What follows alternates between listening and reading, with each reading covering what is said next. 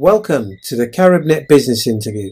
I am your host, Michael Adams, and along with my colleagues at caribnet.com, we look forward to bringing you a variety of interesting features and interviews from Caribbean entrepreneurs, both at home and abroad. On the 24th of November 2012, the Grenada Chamber of Industry and Commerce will be conducting its 24th Annual Banquet and Business Awards. As a lead into this year's award ceremony, CaribNet have decided to conduct a series of short and informal interviews with the award winners from 2011. Our fourth interview in this series is with Mr. Christopher Allie of Sissons Paints Grenada. Sissons were the proud recipients of the Manufacturer of the Year Award for 2011. Here is the interview. Good morning to you, Chris. Good morning again. And how are you this morning? Excellent. Good. Now, it's been a year since you were awarded the Manufacturer of the Year Award. I suppose the first place to start is to ask you how you felt on achieving that accolade. Oh, we were very pleased with the award. I believe as a company we have been working hard over the years to maintain our image as we need to, and also provide a kind of environment that is conducive to excellent relations between employer and employees. Okay, so there has been a focus on the employee and employer relationship. I mean, that's interesting to hear, particularly with recent times of sort of some of the things that have happened in Grenada. I mean, how much of a focus has there been on that? Well, in our company it has been a major focus, and even more so because of the difficult times, because we believe that communication now between staff and management has become even more important, so that staff is made aware of all the difficulties we are facing, and the good news where there is good news and the not so good news when there is. So we believe the focus there is even more sharply brought into play now, and especially in these difficult times. So basically what you're talking about, transparency. Yes, transparency at most levels. Of course, there are certain things that you cannot say or you would not say based on the sensitivity, but generally to staff, transparency at all levels in the organization to make them understand the direction we're focusing on, where we intend to take the company, and the difficulties we face with the existing situation as it is. And do you find by taking that approach that people take ownership of the issues of the business? They do. We have that experience. They do take ownership, and they do understand. When you do that, they do understand when you come to them for help as it relates to issues that we're facing and where we may need their assistance. They do understand, and they were quite willing to offer suggestions as to how we could do it and how we can ease the burden as we go forward for both sides. So basically, is this reflected in you seeing productivity and efficiency develop? I would say yes. We have maintained our productivity levels, things that we monitor every month, and we have been able to, keep afloat in these difficult times and not have to take drastic actions for staff members, either to rotate or send home or cut in salary and so on. So we have been able to maintain our situation. Now, turning it over to the public-facing side of your organisation, how have you found the markets performing? It is a difficult take locally.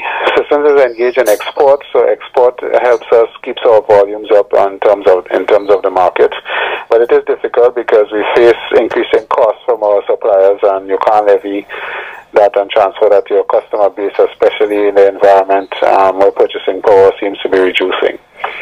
So it becomes difficult and challenging to just maintain your profitabilities and your performance indicators.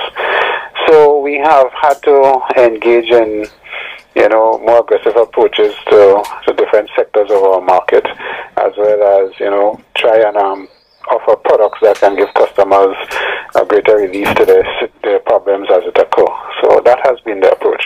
Okay, I mean, so has it required any level of diversification as well? Not essentially. What we have done is, over the past few years, we have refocused our company from being one of particularly manufacturing bias to one of service bias. So we now say we have excellent products, but you can come for us for services that you you wouldn't get with my competitors. So we offer a total package. So if you come to buy paint, it's not just a gallon of paint. You get the service that goes with it, which will be solving your problems if you have one, alternative products to deal with issues that you may have, and of course, give you the excellent quality product that we do. So we have changed that focus to be more product-based, service product-based. So basically what you're saying, from my understanding of that, is that you're really focusing on meeting the customer's need as opposed to selling them a particular product. That's correct, because we believe this is what will encourage the repeat customer, because we need to differentiate ourselves from the rest who just sells a product. We are offering you a full service with the product, so it attacks your needs. So customers who have a particular issue, we're saying bring the issue to us, we will get a solution for you, regardless of whether you buy my product. Of course, I'll buy us my product, but we will get a solution to your problem.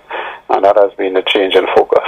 Oh, that's good. And in terms of export, because, you know, for me, I didn't realise that Sissons were focusing on export, and that is refreshing to hear, because I do believe that one of the ways that we can bolster the private sector here is by getting more product out, and certainly across the region. How has that gone? Well, we've been exporting for a number of years. At least 30% of our production goes towards export. So it is a significant player in our revenue base, and we intend to increase that as much as 35 to 40%. So it is a significant player. As I said, it helps significantly in keeping our volumes up so we can keep our staff employed. Your profit margins are a little more challenging in export, but we work with it. How do you find the marketing effort that's extra marketing effort that's needed to ensure that your distribution channels overseas are actually serviced? What we have done over the years is we have channeled it through sole distributorship arrangements in those markets. So we work through those dealers who have well-established hardware chains and supplies. So we work through them, and based on how that goes, then we'll go up and do various types of technical seminars, marketing seminars, as agreed with the distributor, to help sensitize the markets on the product, the brand, and the services available from the company. And it's a very competitive business, because obviously you're not only competing with some of the local manufacturers in the paints business, but you're also dealing with some of the giant brands out there that have a world presence. How have you met that challenge? One of the things we focus on is the products that we actually do and the benefits for the region and the climate.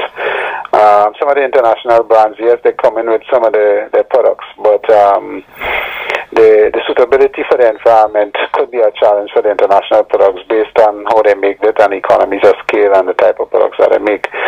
And we have been able to compete with them fiercely on price, because of course whatever advantages we gain from being supplied within the region, they have a different tax structure coming outside of the region as against being manufactured within the region. Mm-hmm. So it helps in that sense. But and of course when you offer the service that is localized and is, for want of a better word, Caribbeanized, then you kind of get a better feel from the clients. So it helps in that sense. And then when we deal with international projects across the island chain, and we go to bid on these, again we can offer products that will meet the international standards. Our companies are ISO certified, so we push that to ensure that companies understand we have an international recognition of the service and of the products that we manufacture. Okay, and last but not least, obviously there has been some major challenges in the last few years. From your perspective, are the couple of years that are ahead of you now, do you think that your management approach is going to be one of consolidation, or are you still going to be looking to expand? It's definitely going to be one of consolidation. We are in the process of doing our 2013 plan, and it's all about consolidation and taking it slowly. It is not about expansion at all. Okay. It's now conserving what you have, the base, and trying to ensure that there's no erosion to the base. Okay, well, I think that on that note, I think that we can bring this interview to a close. One thing I would like to say, if you've got any advice to any businesses out there, because you're a winner of a prestigious award, it means that your practices have been looked at and and have come out on top in what has been very, very hard times. Is there any advice you'd give to people who are sitting in your seat in other companies and struggling through this recession? I suppose what I will say is that the approach now has to be one of looking inwards to your greatest asset, which is your staff, and of course your cost containment.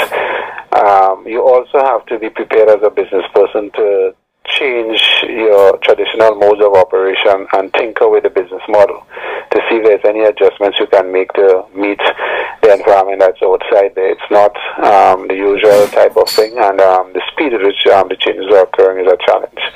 So my humble advice would be to don't keep the same static approach. Be prepared to make changes in what you considered probably was the guru or the norm. That is not going to obtain as we go forward. So you have to be prepared to look inwards and make those changes. So, in short, keep refreshing the pot? Of course. Okay. It's been great to speak to you, Chris. And I really do hope that we can, on other matters, that we can call upon you for some comments, because I've enjoyed this interview. No problem. Okay, you take care. You too. Bye-bye. We hope you enjoyed this interview and look forward to you joining us for the rest of the series. I've been your host, Michael Adams, and all that is left for me to do is to wish you all the very best from the CaribNet.com family. And don't forget to tell your friends and colleagues to log in to CaribNet.com for some great features.